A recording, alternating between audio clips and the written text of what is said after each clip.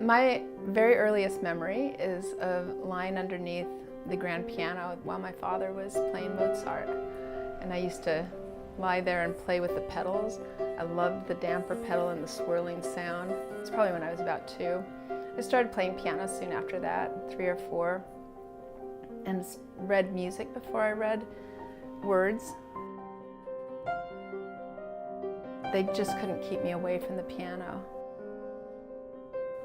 Probably when I was about 14, my parents found me a very serious teacher, and I started studying classical piano very seriously. So I started practicing 2-3 hours a day. By the time I was a senior in high school, I was practicing probably 5 hours a day. And I think before that, I'd sort of never had to do that in anything.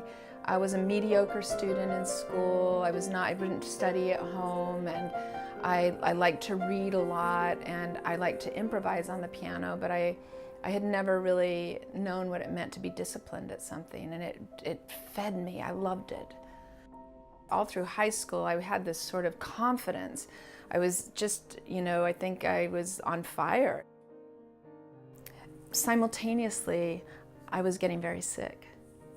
And that was, I was undiagnosed with something that I later found out I had, which was celiac. But at the time, I was going to doctors, rheumatologists and everything.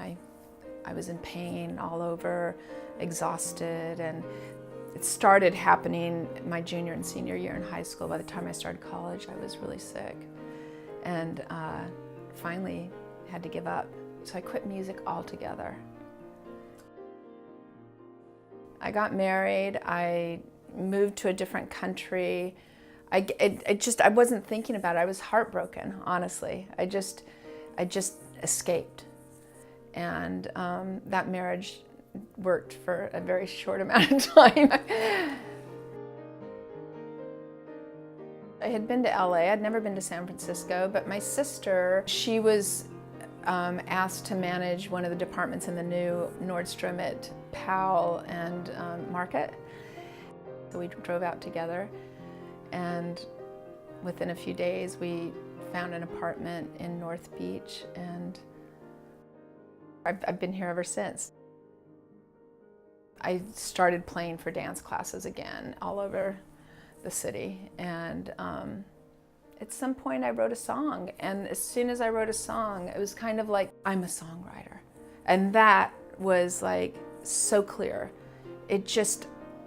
I had such confidence about it.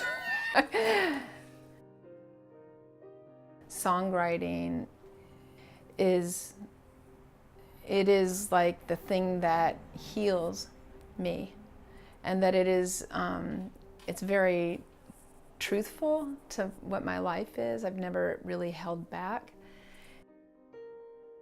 And I feel like it's the thing that I have turned to at times when there was nothing else. And it's the thing that I've turned to help explain what is going on in my head or what's going on in my life. Oftentimes I don't know until the song comes out. And then it's like, oh my God, this is what's going on inside of me. But there were songs that when I was writing them, I would just, I was crying so hard. It was like this pouring out of emotion and sadness and memories. People say, well, how can you sing it? But now it's like, it's just there. That particular thing is being held in a song. Every time I sing one of my songs, I get taken right back to where I was when I wrote it. And when I'm writing it, it's a story in my life. And that song becomes the placeholder for that story. And so when I'm performing, I'm seeing it. I see it. There's a story in my head. I see everything about it. And I feel awfully grateful to have it. I think I would be crazy without it. Or I don't know where I would be without it. It wouldn't be good. Crazier.